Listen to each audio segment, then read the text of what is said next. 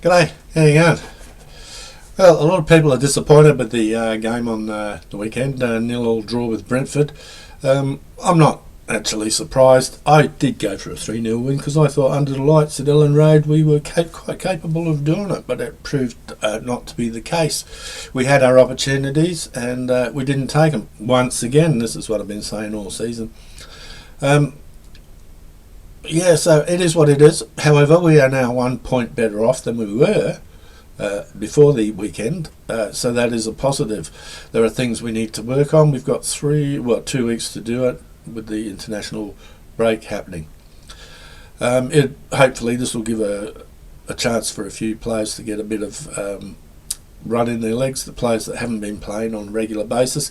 It will give them a bit of a run, hopefully, and then when they come back they'll be all raring to go. And we just wait.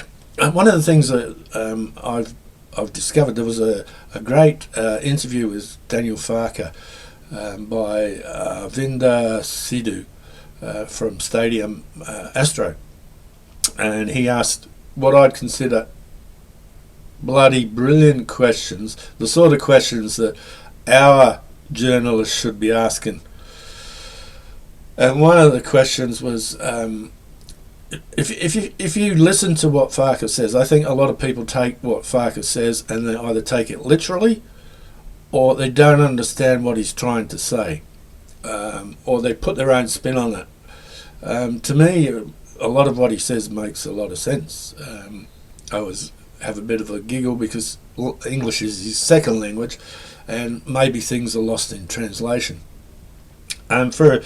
He's always gone on about, since the beginning of the season, a point a game. If you're on a point a game, you're in a good position. Well, that's got to be true. You've got 38 games, 38 points. That's pretty close to staying in the Premier League. Obviously, you've got to get the odd win here and there and try not to lose. So a point a game was a starting point. Get 3 and or don't lose. Makes sense. That's what it's all about. And people are starting to blame Farker for this, that, and everything. They're going back to what they were before in December. November, December, where they were talking about sacking him and getting him replaced before the January window and all the rest of it. Well, that proved to be a load of shit. And fuck you and the horse you rode in onto those people that were like that, because now you're back on the bandwagon. I was the one that said, along with a few others, that we could pull a rabbit out of the hat, and we did. And I still have faith in the boys. Farker is not to blame for sloppy passing. He's not to blame for missed penalties, bad affiliating, not finishing off shots, bad player choices or missed opportunities. Farker is responsible for tactics, team setups and who plays. Now, of course, the keyboard warriors are very keen to let us know that what he should and shouldn't be doing. How that makes you qualified to be a manager is beyond me. There's only one person that could possibly, that I know of, that could possibly say something about how to manage a side, and that'd be the voice of reason, because he's managed the side. He's talking from experience.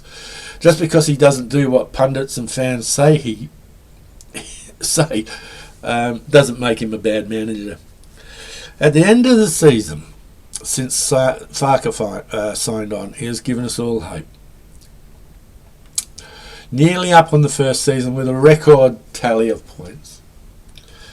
Up into the Premier League in his second season with another record lot of points and going up as champions. And a lot of people said it couldn't be done, and he's done it. This season the job is to stay up, and so far he's on his way to achieving that with a team that many deemed not worthy of being Premier League and not Premier League players. Which actually surprised me quite a bit. It's like, why are you saying things like that? It's ridiculous. Anyway, people did, and all I've got to say to those people is, well, fuck you and the horse you rode in on. I am proud of the boys, and I'm proud of what the job Farker is doing. We're 1 point better off than the weekend, before the weekend. And for all intents and purposes, I have not seen the fat lady hanging around.